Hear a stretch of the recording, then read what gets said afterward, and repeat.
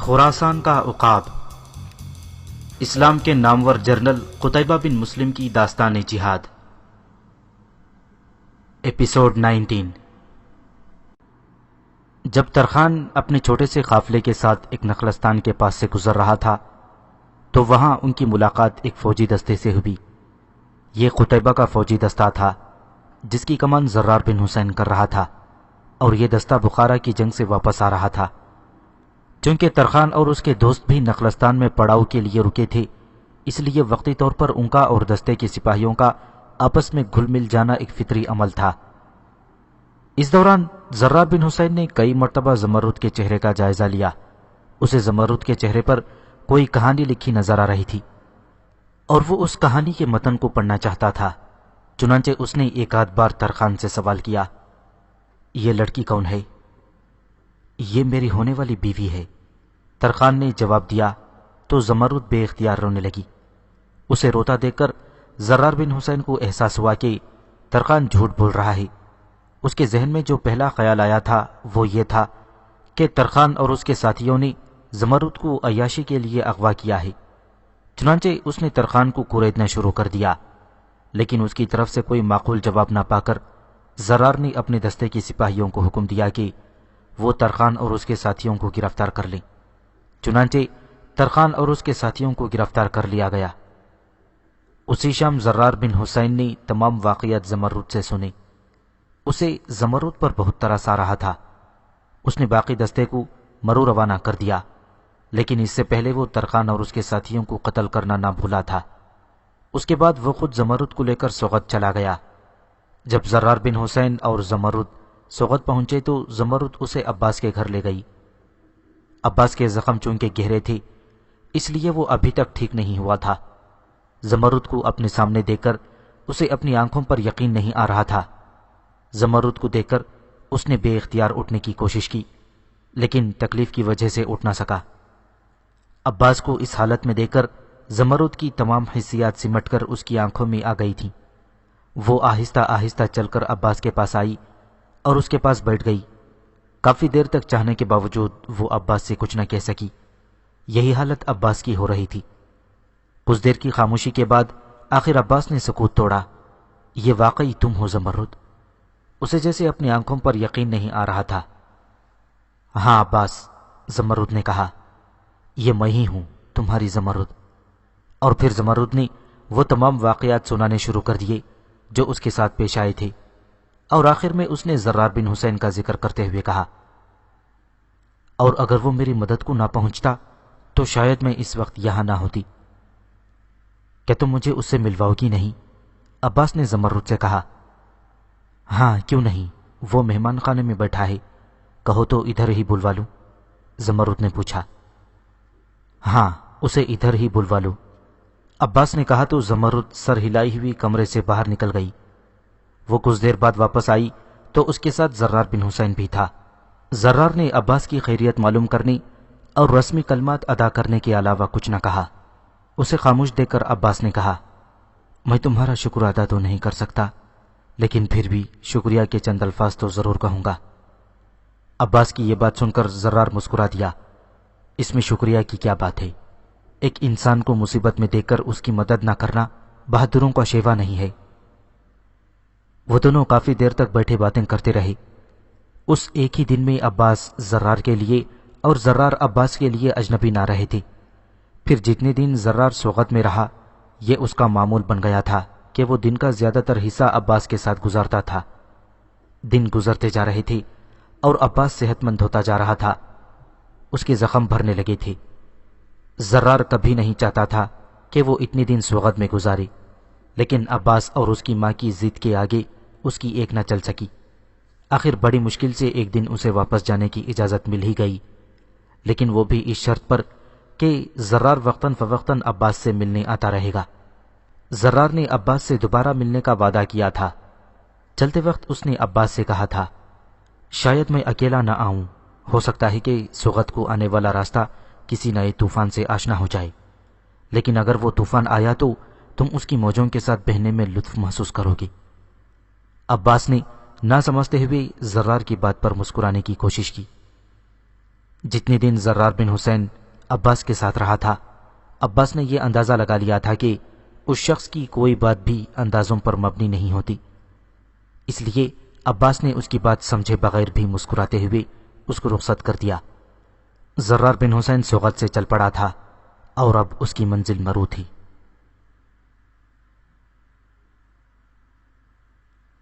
بخارا میں مسلمان فوج کو اگرچہ شکست ہوئی تھی، لیکن مسلمان فوج قتیبہ بن مسلم کی دانش مندی کی وجہ سے کسی بڑے طوفان سے بچ گئی تھی، لیکن اس شکست سے سپاہیوں کا حوصلہ مجروح ہونا ایک فطری امر تھا۔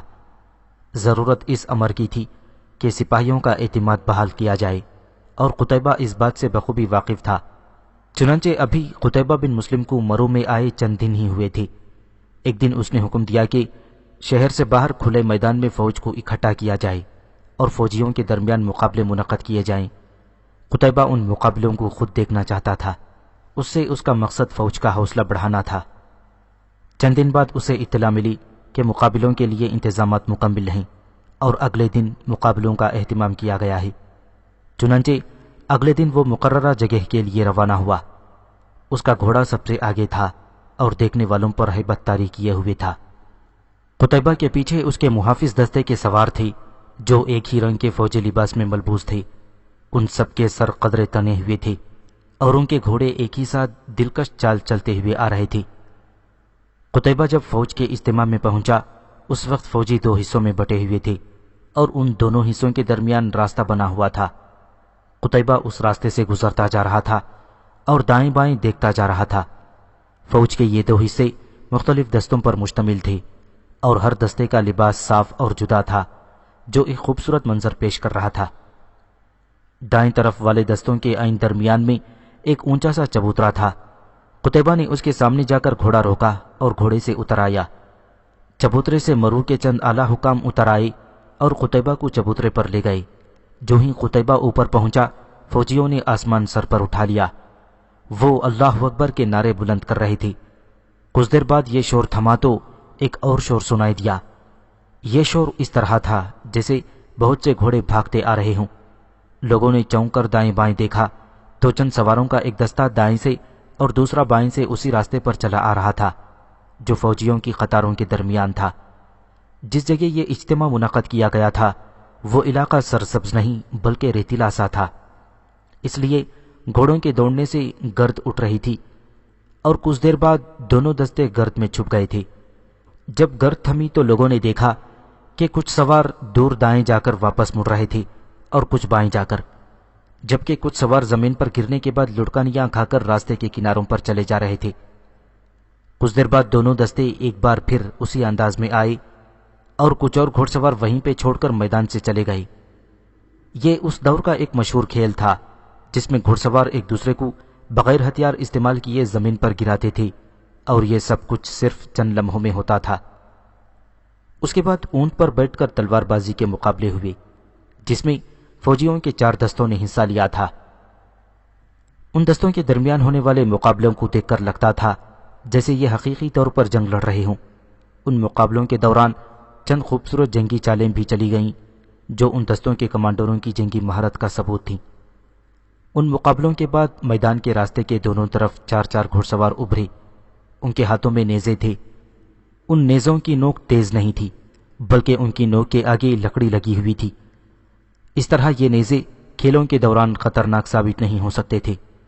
یہ عرب کا مشہور کھیل تھا جس میں آمنے سامنے کے دونوں سواروں نے ایک دوسرے کو نیزے کے زور سے گرانا تھا، اور جو سوار نیزے سے اپنے مخالف کو گرا دیتا تھا وہ فاتح ہوتا تھا۔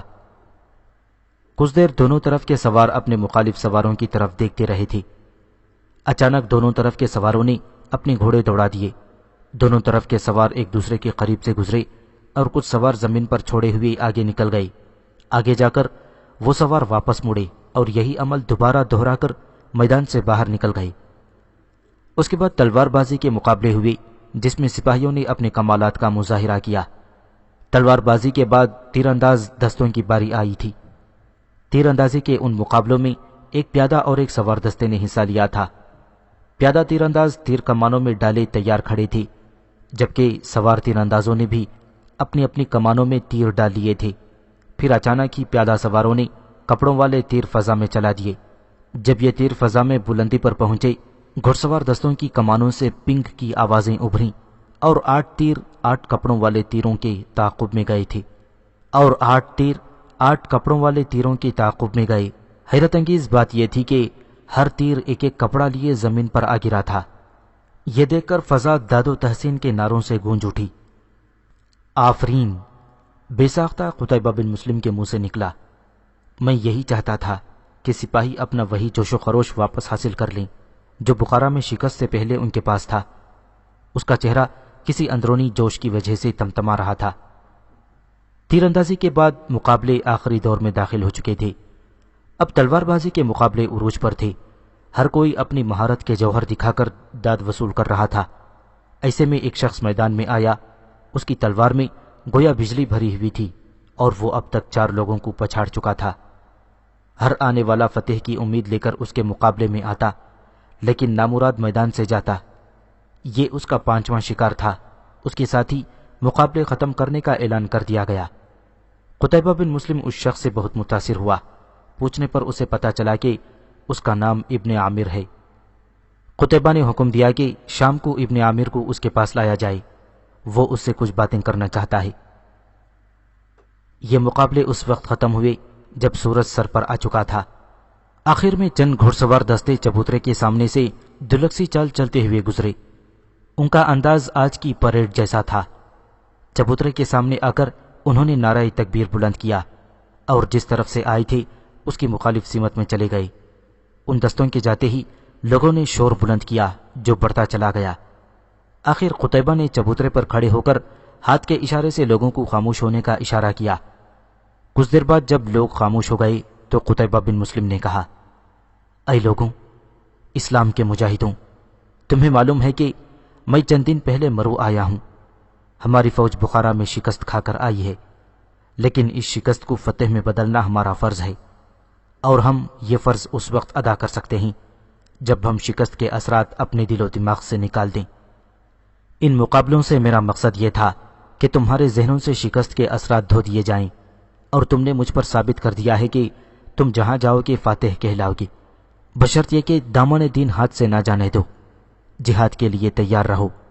ہم بہت جلد مرو سے کوچ کریں گے اور ان علاقوں میں اسلام کا جھنڈا لہرائیں گے جہاں ابھی تک کفر کا اندھیرا پھیلا ہوا ہے۔ اگر تم ثابت قدم رہو تو تم ہی خالد بن ولید ہو، تم ہی عمر بن عاص ہو، تم ہی قادسیہ کے شہ سوار ہو، تم ہی یرموک کے فاتح ہو، مگر ثابت قدمی سے ہی تمہارا زیور ہونا چاہیے۔ کچھ دیر خاموش رہنے کے بعد وہ دوبارہ بولا۔ طبری نے قتیبہ کی تقریر میں جو الفاظ نقل کیے ہیں وہ یہ ہیں، اللہ تعالیٰ نے کفار سے جہاد کرنے کو تمہارے لیے حلال کیا ہے تاکہ اس کے دین کا غلبہ ہو۔ تم برائیوں سے بچو کہ کفار کو ہلاک کر سکو۔ اس کے بعد قرآن کی درج ذیل آیات تلاوت کی، جس کا ترجمہ یہ ہے، اللہ ہی وہ ذات ہے جس نے اپنے رسول صلی اللہ علیہ وسلم کو شمع ہدایت اور سچا دین دے کر مبعوث فرمایا تھا کہ اسے تمام ادیان پر غلبہ حاصل ہو جائے، چاہے مشرک اسے ناپسند ہی کیوں نہ کریں۔ قتیبہ بن مسلم نے اور بھی بہت کچھ کہا، لیکن اس کی اس تقریر سے یہ بات واضح ہو گئی تھی کہ وہ مرو میں بیٹھ کر اپنی شکست کا سوگ نہیں منانا چاہتا تھا، بلکہ ان علاقوں پر فوج کشی کا ارادہ رکھتا تھا جو ابھی تک سلطنت اسلامیہ سے باہر تھے۔ اس مقصد کے لیے وہ کن علاقوں پر حملہ کرنا چاہتا تھا یہ بات ابھی واضح نہیں تھی۔ اسی رات عشاء کی نماز کے بعد قتیبہ بن مسلم نے حکم دیا کہ ابن عامر سے اس کی ملاقات کروائی جائے۔ کافی دیر کے بعد اسے اطلاع ملی کہ ابن عامر کا کہیں پتہ نہیں چل رہا۔ جس وقت قتیبہ بن مسلم کو ابن عامر کے غائب ہونے کی خبر ملی، اس وقت وہ ایک لڑکی کے ساتھ مرو سے کئی میل کے فاصلے پر جا رہا تھا۔ اس کا نام صفیہ تھا۔ وہ دونوں گھوڑوں پر سوار تھے اور ان کا رخ طالقان کی طرف تھا۔ ان کے گھوڑے درمیانی رفتار سے چلے جا رہے تھے۔ صفیہ اور ابن عامر ایک دوسرے کو پسند کرتے تھے، لیکن صفیہ کا باپ صفیہ کی شادی کسی اور جگہ کرنا چاہتا تھا اور وہ چند دن میں اس کی شادی کے انتظامات کرنے والا تھا، جبکہ صفیہ کسی صورت ابن عامر کے علاوہ کسی اور سے شادی نہیں کرنا چاہتی تھی۔ جب ابن عامر مقابلوں سے فارغ ہوا تو اسے صفیہ کا پیغام ملا تھا کہ آج ہی رات مرو چھوڑ دینا ہم دونوں کے لیے بہتر ہے۔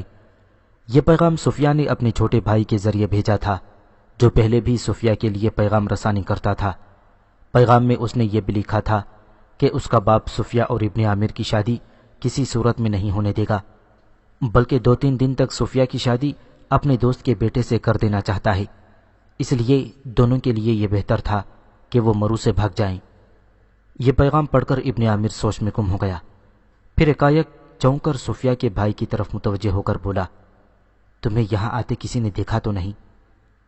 نہیں، صفیہ کے بھائی نے کہا، اس کا نام طلحہ تھا۔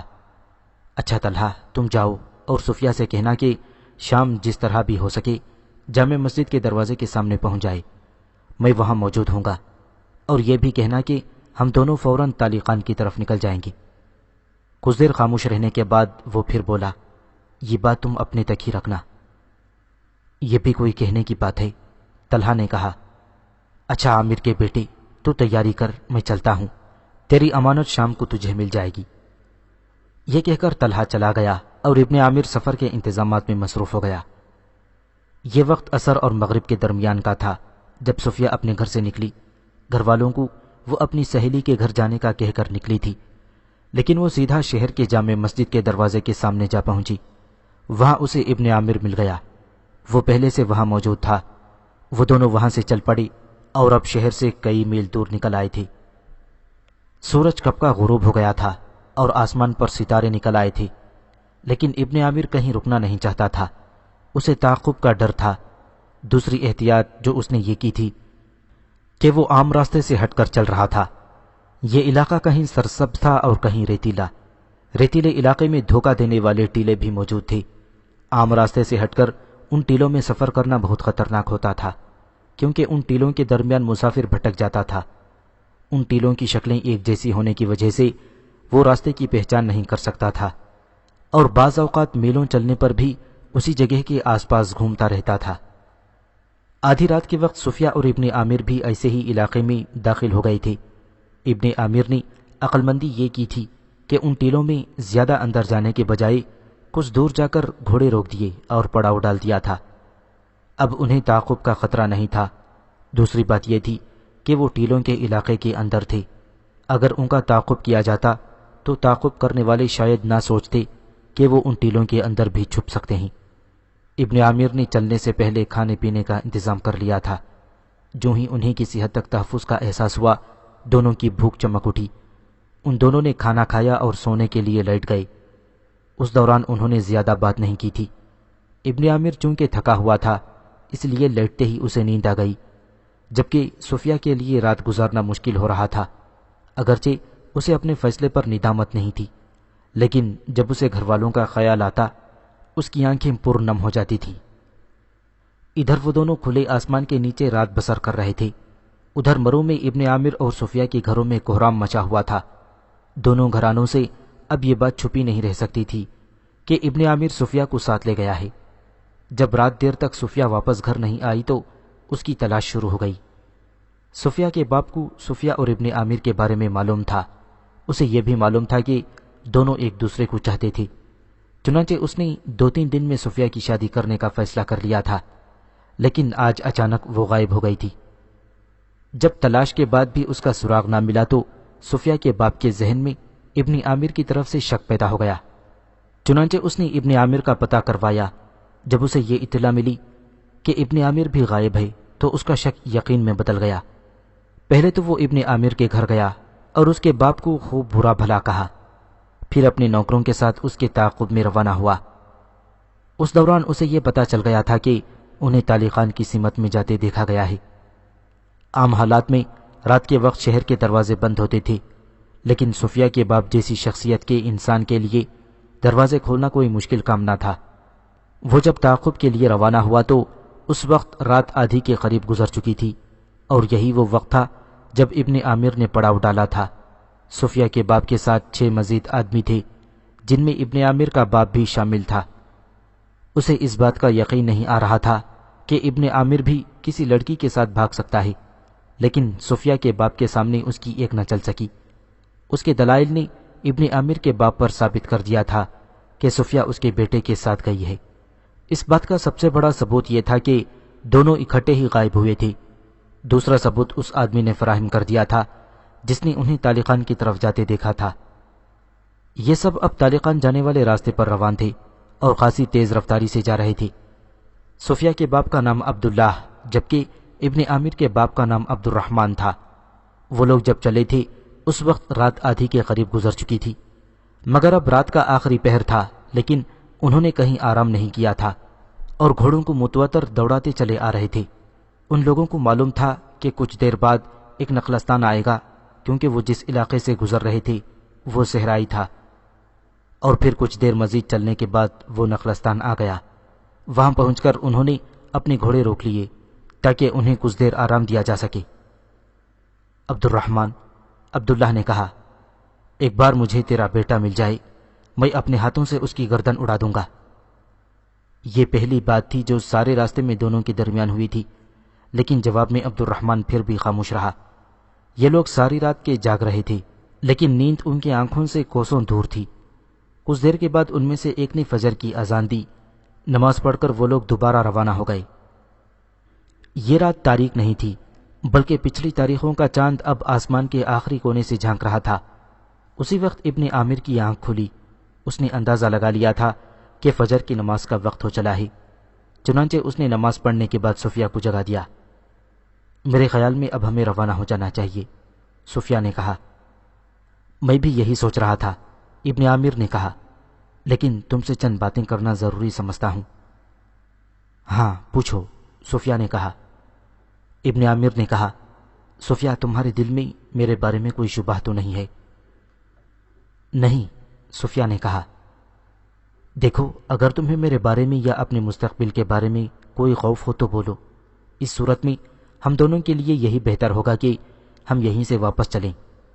ابن عامر بولتا چلا گیا، اور اگر ایسی کوئی بات نہیں ہے تو آؤ عہد کریں کہ ہمارا جینا اور ہمارا مرنا ایک ساتھ ہوگا۔ صفیہ کچھ دیر کے سکوت کے بعد بولی، کیا اس عہد کی ضرورت ہے؟ جواب میں ابن عامر مسکرا دیا اور بولا، چلو اب چلیں۔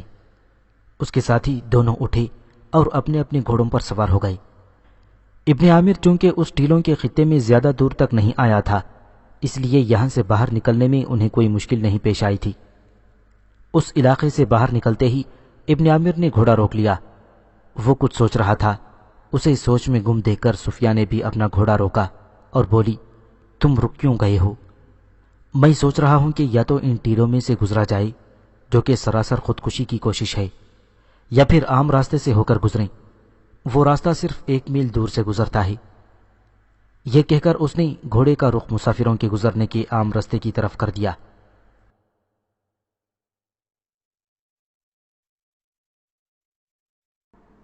کچھ دیر بعد وہ عام سے راستے پر طالقان کی طرف روان تھا۔ چونکہ گھوڑوں نے رات بھر آرام کر لیا تھا، اس لیے وہ تر و تازہ تھے۔ چنانچہ ابن عامر نے گھوڑے کی لگام کو ہلکا سا جھٹکا دیا، جس کے نتیجے میں گھوڑے کی رفتار قدرے تیز ہو گئی۔ صفیہ نے بھی اپنے گھوڑے کی رفتار تیز کر دی تھی۔ ابن عامر یہ بھی نہیں چاہتا تھا کہ گھوڑے تھک جائیں، مگر اس کے اس فیصلے نے صفیہ کو چونکا دیا۔ ابن عامر نے کہا، اب ہم اسی عام گزرگاہ سے طالقان پہنچیں گے۔ یہ سن کر صفیہ کا چونکنا بالکل بجا تھا، لیکن اس نے جواب میں صرف سر ہلا دیا۔ چلتے چلتے سورج سر پر آ گیا تھا اور اب ہلکی ہوا بھی چلنے لگی تھی۔ یہ دیکھ کر ابن عامر کے منہ پر بے اختیار مسکراہٹ نمودار ہوئی اور اس نے صفیہ سے کہا، دیکھو صفیہ، اللہ نے ہماری حفاظت کا کیسا انتظام کیا ہے۔ اب اس ہوا کی اڑائی ہوئی گرد ہمارے گھوڑوں کے قدموں کے نشانات چھپا لے گی۔ صحرا کی ہوا کی خاص بات یہ ہوتی ہے کہ انتہائی گرم ہونے کی وجہ سے جب منہ سے ٹکراتی ہے تو منہ جھلستا محسوس ہوتا ہے۔ دوسری اہم خصوصیت یہ ہوتی ہے کہ آہستہ رفتار میں بھی یوں محسوس ہوتا ہے جیسے ہلکی آندھی چل رہی ہو۔ اس کے ساتھ ریت اڑ اڑ کر ایک جگہ سے دوسری جگہ پہنچتی رہتی ہے۔ کچھ دیر بعد جب ہوا کی شدت میں قدرے اضافہ ہوا تو دونوں نے اپنے منہ کپڑوں سے ڈھانپ لیے اور ان کی صرف آنکھیں نظر آ رہی تھیں۔ دوران سفر دونوں کبھی کبھار کوئی بات بھی کر لیتے تھے، لیکن ان کا زیادہ سفر خاموشی سے ہی گزرتا تھا۔ یوں محسوس ہوتا تھا جیسے دونوں اپنے انجانے مستقبل کے بارے میں سوچ رہے ہوں۔ اچانک ہوا کی شدت میں بے پناہ اضافہ ہو گیا، جس نے دونوں کو چونکا دیا۔ ابن عامر نے دائیں جانب دیکھا تو جو منظر اس کی آنکھوں نے دیکھا وہی اسے خوفزدہ کرنے کے لیے کافی تھا۔ دائیں دور افق پر ریت ہی ریت نظر آ رہی تھی، یوں لگتا تھا جیسے ریت کا پہاڑ سرکتا چلا آ رہا ہو۔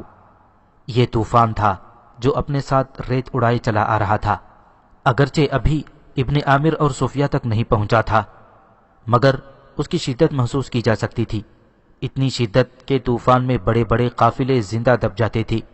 وہ تو پھر دو تھے، اگر وہ دونوں دبنے سے بچ بھی جاتے تو ہونا تو یہ تھا کہ ریت کی پہلی ضرب پڑتے ہی دونوں کے گھوڑے بدک جاتے اور دونوں ہی بھٹک جاتے۔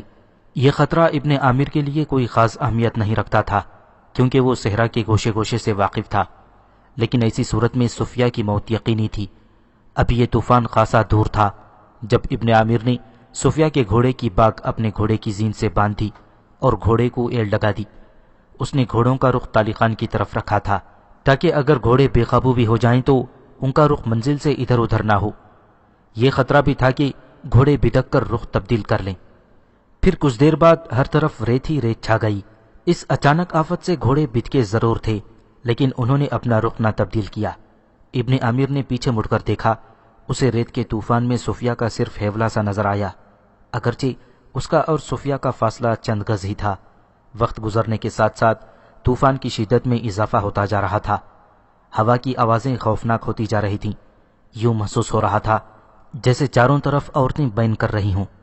صفیہ کا تو خوف کی وجہ سے برا حال ہو رہا تھا، لیکن تھوڑی تھوڑی دیر بعد آنے والی ابن عامر کی مدھم سی آواز اس کا حوصلہ بڑھا رہی تھی۔ ابن عامر کو خوب احساس تھا کہ صفیہ کی حالت اچھی نہیں ہے، لہذا وہ تھوڑے تھوڑے وقفے کے بعد پھیپڑوں کا پورا زور لگا کر کوئی نہ کوئی بات کہہ دیتا تھا۔ پھر آہستہ آہستہ طوفان کا زور ٹوٹنے لگا، اور جب طوفان تھما تو وہ دونوں کسی قلعے کا ہیولا سامنے دیکھ سکتے تھے۔ سورج ان کے عقب میں آخری ہچکی لے رہا تھا۔ ابن عامر نے گھوڑوں کو روکا، اس وقت وہ ایک بلند ٹیلے پر کھڑے تھے۔ سورج چونکہ ان کے عقب میں غروب ہو رہا تھا، اس لیے ان کے سائے نہایت لمبے تھے۔ دونوں نے اپنے سامنے قلعے کو دیکھا اور گھوڑوں کو ہلکی رفتار سے چلا دیا۔ سخت مشقت کی وجہ سے گھوڑوں کا پسینہ پھوٹ رہا تھا۔ ابن عامر نے صفیہ کو مخاطب کیا، صفیہ سامنے دیکھو، ہماری منزل ہے۔ صرف تمہاری منزل؟ میری منزل تو تم ہو، صفیہ نے جواب دیا تو بے اختیار دونوں کے ہونٹوں پر مسکراہٹ رینگ گئی۔ اب جب وہ قلعے میں داخل ہوئے تو سورج غروب ہو چکا تھا۔ فجر کی نماز کے بعد ان دونوں کی تلاش میں آنے والے دوبارہ تلاش میں روانہ ہوئے۔ ان لوگوں کا ارادہ یہ تھا کہ دوپہر تک تلاش جاری رکھی جائے، اگر دونوں مل گئے تو ٹھیک، ورنہ واپس لوٹا جائے۔ وہ لوگ آگے ہی آگے بڑھتے گئے۔ جب سورج سر پر آ گیا تو انہوں نے واپسی کا ارادہ کیا۔ تھوڑا چلنے کے بعد وہ ایک ایسے علاقے میں پہنچے جہاں اکا دکا چٹانیں تھیں۔ ان میں سے ایک چٹان قدرے بڑی اور آگے کو جھکی ہوئی تھی۔ سب نے ان کے نیچے پڑاؤ کیا۔ چونکہ وہ ساری رات اور پھر دن کو بھی جاگتے رہے تھے، اس لیے انہوں نے گھوڑوں کو باندھا اور سوائے طلحہ کے سب لیٹ گئے۔ طلحہ کے ذمے انہوں نے حفاظت کا کام لگا دیا تھا، چونکہ علاقہ صحرائی تھا اور کسی بھی وقت صحرائی ڈاکو خطرہ بن سکتے تھے۔ طلحہ نے محسوس کیا جیسے ہوا کی رفتار میں خاصی تیزی آ گئی ہو، اگرچہ وہ چٹان کے نیچے تھا لیکن وہ اس تیزی کو محسوس کر سکتا تھا۔ پھر اچانک ہی اس نے طوفان کی شکل اختیار کر لی۔ ایسی آوازیں آنے لگیں جیسے بہت سی چڑیلیں چیخ رہی ہوں۔ اس نے ماحول کو ہیبتناک بنا دیا۔ ہوا کی خوفناک آوازوں کی وجہ سے سب اٹھ گئے تھے۔ اتنی ریت آ رہی تھی کہ کچھ نظر نہیں آتا تھا۔ یہ ان لوگوں کی خوش قسمتی تھی کہ وہ چٹان کی اوٹ میں تھے۔ ایک تو بیٹی کے جانے کا غم اور دوسرے اس طوفان نے عبداللہ کو بے چین سا کر دیا اور وہ غصے کے عالم میں نہ جانے کیا کیا کہہ گیا۔ اگرچہ وہ پھیپڑوں کا پورا زور لگا کر بول رہا تھا، لیکن کسی کو کچھ سمجھ نہیں آ رہی تھی کہ وہ کیا بول رہا ہے۔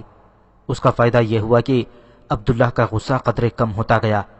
پھر جیسے ہی طوفان تھما، عبداللہ کا غصہ بھی تھم گیا۔ اب چونکہ سورج غروب ہو رہا تھا، اس لیے انہوں نے صحرا میں ہی آرام کا ارادہ کر لیا، کیونکہ اب وہ لوگ مزید چلنے کی ہمت نہیں رکھتے تھے۔ رات صحرا میں گزار کر اگلے دن وہ واپس مرو پہنچ گئے۔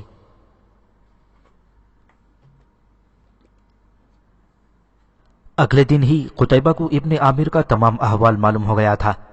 اس کے نزدیک اگرچہ یہ واقعہ عجیب اور دلچسپ تھا، لیکن اس نے اس سے زیادہ اہم کام کرنے تھے۔ چنانچہ اس نے صرف اتنا حکم دیا کہ ابن عامر کو تلاش کر کے لایا جائے۔ اگلے 2 دن قتیبہ کے لیے انتہائی مصروفیت کے تھے، کیونکہ وہ کسی علاقے پر فوج کشی کے لیے حکمت عملی تیار کر رہا تھا تاکہ فوجیوں کے ذہن سے شکست کے آثار کو کم کیا جا سکے۔ چنانچہ وہ ابن عامر کو بھول چکا تھا۔ کچھ دنوں بعد اس نے ایک اجلاس بلوا لیا جس میں فوجی عہدیداروں نے شرکت کی۔ یہ اجلاس ایک بڑے کمرے میں ہو رہا تھا۔ کمرے کی آرائش سے یہی لگتا تھا کہ کمرہ اسی مقصد کے لیے بنایا گیا ہے۔ مستطیل کمرے کے وسط میں ایک مستطیل میز تھی جس کے 2 طرف لمبائی کے رخ 20-20 کرسیاں رکھی تھیں، جبکہ عرضی طرف صرف ایک کرسی تھی جس پر قتیبہ براجمان تھا۔ کچھ دیر روایتی گفتگو کے بعد قتیبہ اپنے اصل مقصد کی طرف آیا۔ آپ لوگوں کو معلوم ہے کہ میرا ارادہ سلطنت اسلامیہ کی وسعت کے ساتھ ساتھ اس کا استحکام ہے۔ یہ اسی صورت میں ممکن ہے کہ جب ہم اپنی طرف اٹھنے والی ہر میلی آنکھ کو پھوڑ دیں۔ قتیبہ بولتے بولتے رک گیا اور سب کی طرف باری باری دیکھنے لگا۔ یوں لگتا تھا کہ وہ ان کے چہرے پڑھنے کی کوشش کر رہا ہے۔ پھر اچانک ہی وہ کھڑا ہو گیا، دائیں سے بائیں اور بائیں سے دائیں چکر لگانے لگا۔ جیسے جیسے اس کے قدم اٹھتے اس کے ہونٹ بھی حرکت کرتے گئے۔ اس نے تفصیلاً بتایا کہ اس کا عزم کیا ہے۔ اس نے کہا، میرا ارادہ ہے کہ اگلے ہفتے جمعے کے دن کوچ کیا جائے۔ اس کے ساتھ ہی اس نے میز کے کونے پر پڑا رول شدہ کپڑے کا ٹکڑا اٹھا لیا اور اسے میز پر پھیلا دیا۔ جوں جوں کپڑا پھیلتا گیا اس پر ایک نقشہ ابھرتا گیا۔ قتیبہ نے کہا، ابھی تک ہم نے جو باتیں کی ہیں وہ سب کی سب جذباتی تھیں، لیکن اب جو گفتگو ہم کرنے جا رہے ہیں وہ خاص تکنیکی نوعیت کی ہیں۔ پہلے آپ میری گفتگو سن لیں، پھر اپنی اپنی رائے دیجیے۔ یہ دریائے جیہون ہے۔ اس نے نقشے پر ایک جگہ انگلی رکھی، اور یہ زغانیان کا علاقہ ہے جو اب اسلامی سلطنت کا حصہ ہے۔ قتیبہ نے 2-3 دفعہ نقشے پر زغانیان کے علاقے پر انگلی ماری۔ زغانیان سے انگلی کھینچتا ہوا وہ ایک اور جگہ لے گیا، اور یہ کفتان کا علاقہ ہے۔ یہ علاقہ اگرچہ اسلامی سلطنت کا حصہ ہے، لیکن مجھے ملنے والی اطلاعات کے مطابق یہاں کے بادشاہ نے بخارا کے بادشاہ دروان قزح کے ساتھ معاہدہ کیا ہے، جس کے تحت وہ جنگ کی صورت میں ہماری مدد نہیں کرے گا۔ اگرچہ اس علاقے کا بادشاہ آرام پسند ہے اور سلطنت اسلامیہ کو اس سے کوئی خطرہ نہیں، لیکن میرا مقصد یہ علاقہ مستقل طور پر اسلامی سلطنت میں شامل کرنا ہے۔ اے ابن مسلم، خینس بن یوسف نے کہا، اگر ہمیں اس سے خطرہ نہیں تو یہاں اپنی طاقت صرف کرنے کا کیا فائدہ؟ اگرچہ اس بات پر قتیبہ کے منہ پر ناگواری کے تاثرات ابھرے، لیکن اس نے نرم لہجے میں جواب دیا، ابن یوسف، کیا تو ان علاقوں کو ہی دیکھتا رہے گا؟ یہ نہ دیکھ کہ یہ علاقے کیا ہیں، یہ دیکھ کہ ان سے آگے کیا ہے۔ اس کے ساتھ ہی اس نے نقشے پر انگلی کفتان سے اٹھا کر ایک اور جگہ رکھی۔ اس سے آگے یہ دیکھ بخارا، پھر سمرقند۔ اس نے باری باری ان دونوں علاقوں کو واضح کیا۔ کسی اور نے کوئی بات کہنی ہو، اس نے سب کی طرف دیکھا۔ سب کو خاموش دیکھ کر قتیبہ پھر کہنے لگا، ذمہ دار افسران فوج کو تیار کرنے کا کام کریں، اور کل سے فوج شہر سے باہر مشقیں کریں گی۔ ان کی نگرانی میں خود کروں گا۔ ان مشقوں میں میرا مقصد فوج کو چاق و چوبند کرنا ہے، ساتھ ہی فوج کا معائنہ بھی ہو جائے گا۔ آخر میں سب سے اہم بات۔ کچھ دیر سکوت کے بعد وہ بولا، جب ہم اس مہم پر روانہ ہوں گے تو میری غیر موجودگی میں میرے قائم مقام عبداللہ بن عمرو اور عثمان بن عدی ہوں گے۔ عبداللہ بن عمرو یہاں فوج کا سالار ہوگا، جبکہ عثمان بن عدی مال گزاری کا نگران ہوگا۔ کچھ مزید گفتگو کے بعد اجلاس برخاست ہو گیا۔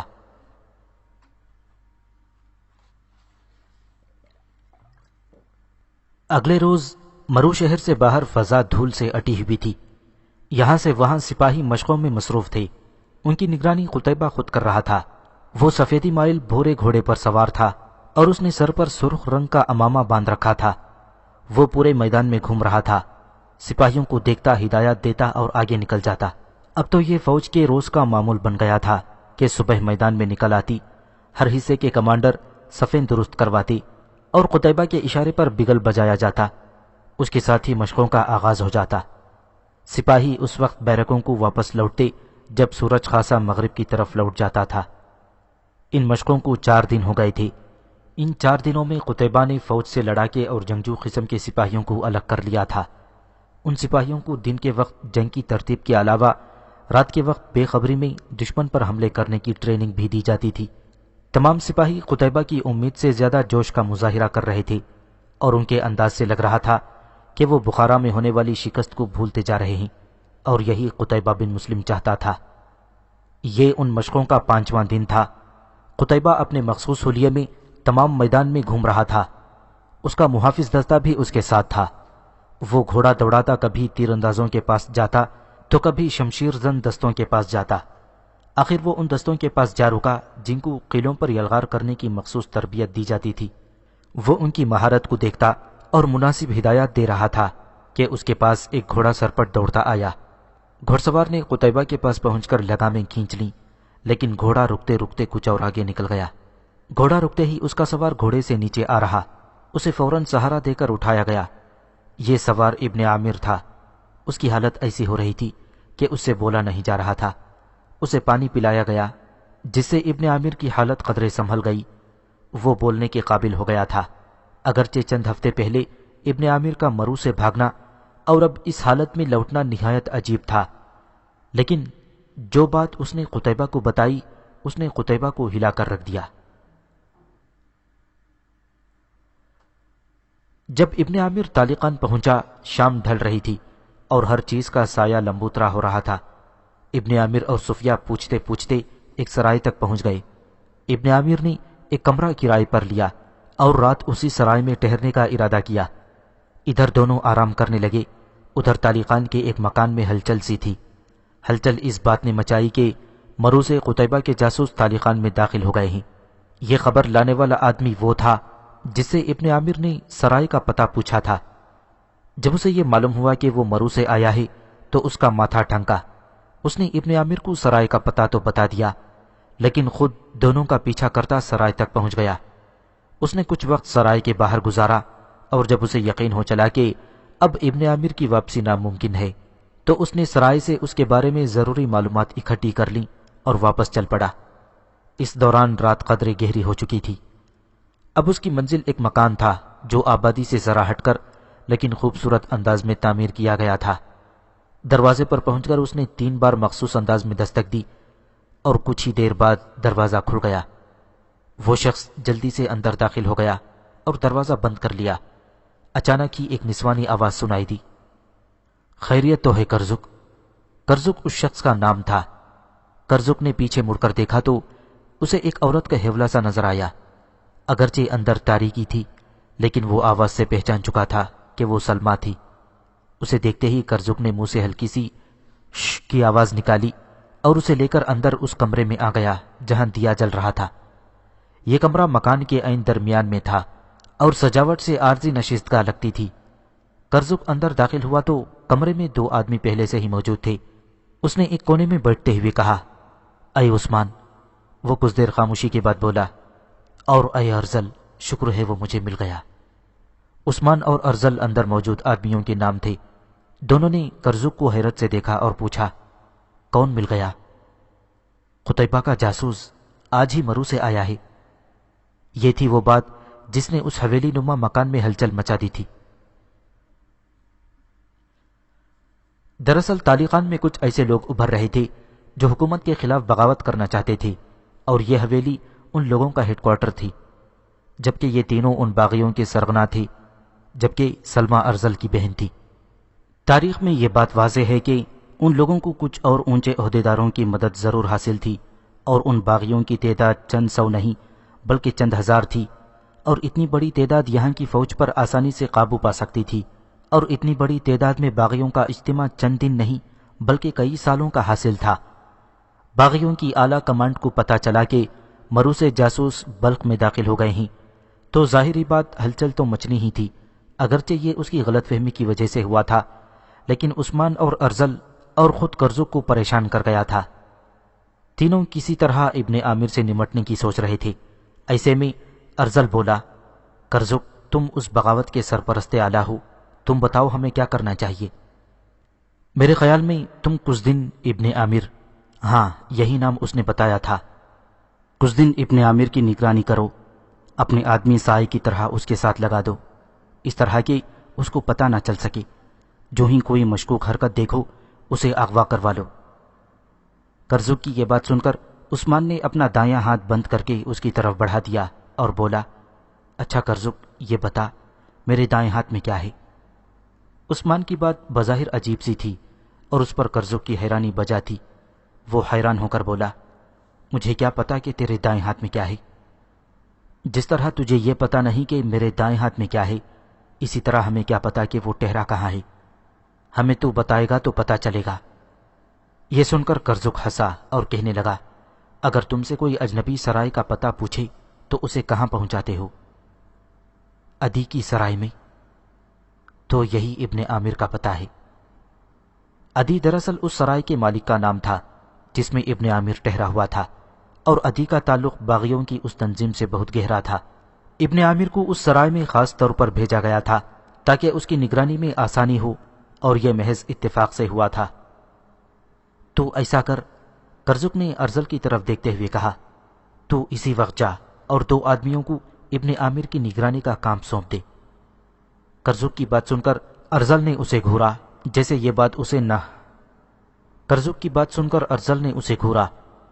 یہ بات اسے سخت ناگوار گزری ہو، لیکن وہ خاموشی سے چلا گیا۔ ارزل کے جانے کے بعد کرزک نے اٹھتے ہوئے کہا، عجیب احمق ہے یہ شخص۔ ساتھ ہی دونوں نے قہقہہ لگایا، جبکہ تیسرا قہقہہ سلمیٰ کا تھا جو اس تمام گفتگو کے دوران خاموش رہی تھی۔ میں اب چل کر آرام کرتا ہوں، یہ کہہ کر کرزک کمرے سے نکل آیا۔ تالیقان میں ابن عامر کو 5واں دن تھا۔ اس نے سوچ لیا تھا کہ یہاں فارغ بیٹھنے سے بہتر ہے محنت مزدوری کر لی جائے، چنانچہ وہ صفیہ کو بتا کر سرائے سے باہر آ گیا اور پوچھتا پوچھتا شہر کی منڈی میں جا نکلا۔ یہاں قافلوں کا آنا جانا لگا رہتا تھا، قافلے اپنا مال یہیں اتارتے تھے۔ ابن عامر بھی مال اتارنے والوں میں شامل ہو گیا۔ یوں دن بھر وہ مصروف رہا، لیکن وہ محسوس نہ کر سکا کہ 2 آدمی صبح سے اس کی نگرانی کر رہے ہیں۔ جب ابن عامر فارغ ہوا تو اس کی جیب میں ایک معقول رقم تھی، لیکن وہ اس پر مطمئن نہیں تھا۔ اگرچہ محنت کرنے میں اسے آر نہ تھی، لیکن یہ اس کے مزاج کے خلاف تھا۔ وہ پہلے دن سے ہی سوچ رہا تھا کہ اسے باقاعدہ ملازمت کے لیے ہاتھ پاؤں مارنے چاہیے۔ چنانچہ اس دن فارغ ہو کر وہ پتہ پوچھتا ہوا قلعے دار کے گھر پہنچا۔ بڑی مشکل سے اس کی ملاقات قلعے دار سے کروائی گئی اور آخر قلعے دار اسے ذاتی ملازم کے طور پر رکھنے کے لیے تیار ہو گیا۔ ابن عامر کی خوشی کا کوئی ٹھکانہ نہ تھا۔ وہ جلد از جلد صفیہ کو یہ خبر سنانا چاہتا تھا، چنانچہ اس نے سیدھا سرائے جانے کا فیصلہ کر لیا۔ ابھی وہ کچھ دور ہی گیا تھا اور اپنے خیالوں میں گم چلا جا رہا تھا جب اس کی ٹکر اچانک ہی ایک آدمی سے ہوئی۔ اس ٹکراؤ سے وہ آدمی بوکھلا سا گیا تھا اور قدرے نادم ہو کر کہنے لگا، معاف کرنا بھائی، اپنے خیالوں میں ارد گرد کا پتہ نہ چلا۔ ابن عامر جواب میں مسکرا دیا۔ اسے محسوس ہو رہا تھا جیسے اس آدمی کو پہلے بھی کہیں دیکھا ہے۔ چنانچہ اس نے کہا، مجھے محسوس ہو رہا ہے جیسے ہم پہلے بھی کہیں ملے ہوں۔ اس شخص نے غور سے دیکھا اور ایک دم خوشی سے چیخا، ارے تم! کچھ وقفے سے وہ بولا، ابن عامر ہی نام بتایا تھا نا؟ جواب میں ابن عامر نے صرف سر ہلا دیا کہ اس کا نام ابن عامر ہی ہے، لیکن وہ ابھی تک اسے پہچان نہ سکا تھا۔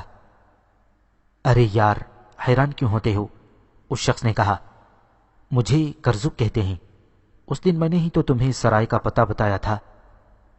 یہ سن کر ابن عامر کو ساری بات یاد آ گئی اور اس نے کرزک کا شکر ادا کیا۔ وہ جلد از جلد صفیہ کے پاس پہنچنا چاہتا تھا، اس لیے اس نے کرزک سے اجازت چاہی۔ کرزک نے کہا، ارے ایسے نہیں، تم مجھے یہاں اجنبی لگتے ہو، ہمیں اپنی میزبانی کا شرف تو بخشو۔ ابن عامر نہ چاہتے ہوئے بھی کرزک کے ساتھ ہو لیا۔ کرزک ابن عامر کو ساتھ لے گیا اور اسی حویلی نما مکان تک آیا اور دروازے پر مخصوص انداز میں 3 بار دستک دی تو دروازہ کھل گیا۔ اس نے مسکراتے ہوئے ابن عامر سے کہا، یہ ہے میرا غریب خانہ، اندر چلو اور مجھ غریب کو عزت بخشو۔ جواب میں ابن عامر صرف مسکرا دیا اور اندر داخل ہو گیا۔ جو ہی وہ اور کرزک اندر داخل ہوئے، کرزک نے دروازہ اندر سے بند کر دیا۔ اس کے ساتھ ہی ہلکی سی چیخ سنائی دی۔ یہ ابن عامر کی چیخ تھی۔ ساتھ ہی وہ فرش پر گر پڑا۔ وہ بے ہوش ہو چکا تھا۔ دراصل جو ہی وہ اندر داخل ہوا تھا، عثمان نے اس کے سر پر ڈنڈا دے مارا تھا۔ وہ پہلے ہی سے دروازے کے پیچھے چھپا ہوا تھا۔ ابن عامر کو اٹھا کر اندر لے جایا گیا۔ کمرے میں ایک پلنگ بچھا ہوا تھا۔ کرزک کے اشارے پر عثمان اور سلمہ نے مل کر پلنگ کھڑا کر دیا اور پھر بے ہوشی کی حالت میں ابن عامر کو پلنگ سے اس طرح باندھ دیا گیا کہ اس کے ہاتھ سر سے اوپر تھے۔ انہیں معلوم تھا کہ اب ابن عامر کافی دیر تک ہوش میں نہیں آ سکے گا۔ اصل میں یہ ہوا تھا کہ ابن عامر جب قلعے دار کے گھر پہنچا تو نگرانی کرنے والے آدمیوں کو یقین ہو گیا ہو نہ ہو یہ قتیبہ کا جاسوس ہے اور کوئی ضروری اطلاع دینے قلعے دار کے پاس گیا ہے۔ وہ فوراً کرزک کے پاس آئے اور ساری بات اسے بتا دی۔ یہ سن کر کرزک قدرے پریشان ہوا، لیکن اس نے فوراً ایک منصوبہ بنایا اور اس پر عمل کرتے ہوئے اس نے ابن عامر کو اپنے جال میں پھانس لیا۔